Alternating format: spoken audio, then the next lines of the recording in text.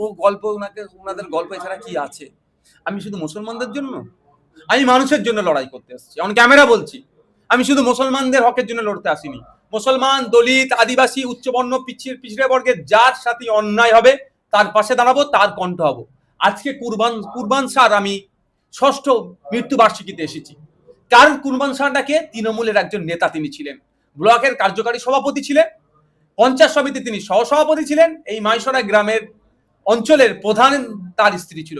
সেই কুরবান শাহকে যারা খুন করলো এখনো তারা বিচার পেল না, পরিবার বিচার পেল না। যারা খুন করলো বরঞ্চ তারা আনঅফিসিয়ালি বড় বড় পদ পেয়ে গেল।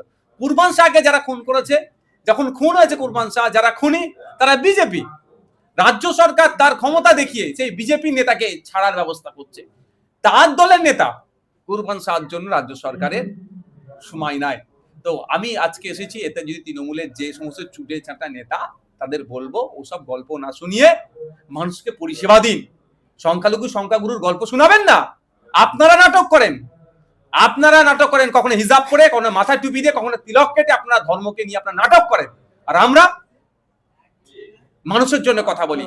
আজকে পূর্ব মেদিনীপুরের গল্প শোনাচ্ছেন শুভেন্দু অধিকারীর এই বারবারান্ত। শুভেন্দু অধিকারী যে অশ্লীল মন্তব্য করছে, অসাংবিধানিক মন্তব্য করছে, অগণতান্ত্রিক মন্তব্য করছে, অসংসদীয় মন্তব্য করছে, তার বিরুদ্ধে আইনত ব্যবস্থা নিচ্ছেন না কেন?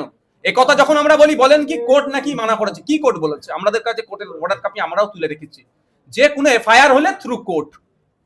তো অসুবিধা কোথায়? কলকাতা পুলিশের সিপি স্যারকে যখন অশ্লীল ভাষায় আক্রমণ করলো, আপনি থ্রু কোর্ট আপনি এফআইআর করলেন না কেন? করে থাকলে আমাদের দেখান। যখন সন্দেশখালীতে যাচ্ছিল, শিখ ধর্মের একজন অফিসার ছিল, তাকে খালিস্তানি বলে দেখে দেওয়া হয়েছিল, তখন আপনারা ওই যে টিম যাচ্ছিল তাদের বিরুদ্ধে ব্যবস্থা গ্রহণ করেছেন? ওই সময় একটা মুসলিম অফিসার ছিল, তার ধর্ম তুলে তার সম্পর্কে বাজে মন্তব্য করেছিল এই শুভেন্দু বাবুদের টিম থেকে। কই ব্যবস্থা গ্রহণ করেছে? আপনারা বিজেপি, আপনার নেত্রী বলেছিল বিজেপিকে ফ্রন্টে নিয়ে এসে লড়াই করবে। লজ্জা লাগে না? আপনারা বিজেপি যারা বারবারান্ত মানে অশ্লীল মন্তব্য করেছে তাদের বিরুদ্ধে ব্যবস্থা গ্রহণ করতে পারছেন না। আর আমরা যখন ন্যায়কে প্রতিষ্ঠা করার জন্য, সমাজের ব্যবস্থাকে পরিবর্তন করার জন্য আসছি, তখন আপনাদের অসুবিধা হচ্ছে না। আসলে আমরা আসছি, আপনাদের চুরি করে খাওয়া বন্ধ হয়ে যাবে।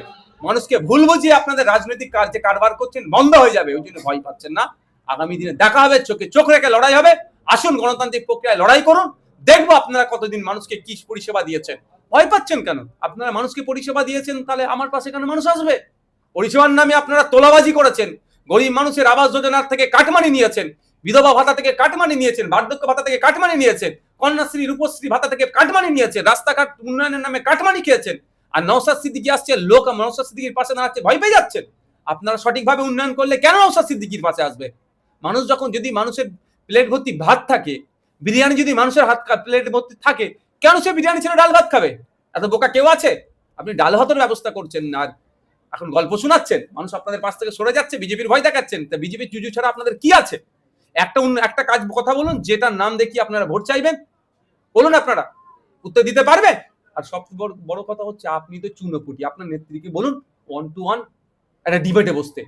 সব মিডিয়া থাকবে, 1 to 1 ডিবেট হবে। আপনার নেত্রী আর আমি বসবো। যদি আপনার নেত্রী আমাকে হারাতে পারে, আপনার দলের আমি ঝান্ডা ধরে নেবো। পারবেন? ব্যবস্থা করুন। আর আপনার নেত্রীকে যদি আমি হারিয়ে দিই, আমার দলের ঝান্ডা ধরাবো না ওনাকে বলুন। এই মুহূর্তে পদত্যাগ করবে, বাংলার যুব সমাজকে পরিত্রাণ দেবে, বাংলার শিক্ষিত সমাজকে পরিত্রাণ দেবে, বাংলার মানুষকে পরিত্রাণ দেবে। পারবেন? আমি চ্যালেঞ্জ ছুড়লাম। শওকত মোল্লার বিরুদ্ধে আপনি মানহানি মামলা করছেন, অথচ বিলকিস যিনি আপনার স্ত্রী বলে দাবি করছেন, তিনার বিরুদ্ধে আপনি কেন মানহানি মামলা করছেন? আপনি অল্প বয়স, আপনাকে একটা বলে রাখি, সুপ্রিম কোর্টে একটা গাইডলাইন আছে, কারোর বিরুদ্ধে সত্য মিথ্যা কোর্ট প্রমাণ করবে। কারো ওই ধরনের কোনো মহিলা, নাবালিকা, নাবালক এই ধরনের কিছু ঘটনা ঘটলে তার নাম, ঠিকানা পাবলিক ডোমেইনে ডিসক্লোজ করতে নাই। হ্যাঁ, আপনি বাচ্চা, অল্প বয়সী ছেলে, এখন ইউটিউব ধরে বলছেন, তো এটা আপনাকে মানে এটা শিখিয়ে দিলাম না, আমি আপনাকে গাইড করলাম। দ্বিতীয় কথা হচ্ছে, এবার কেন আমি মানহানি মামলা করলাম না?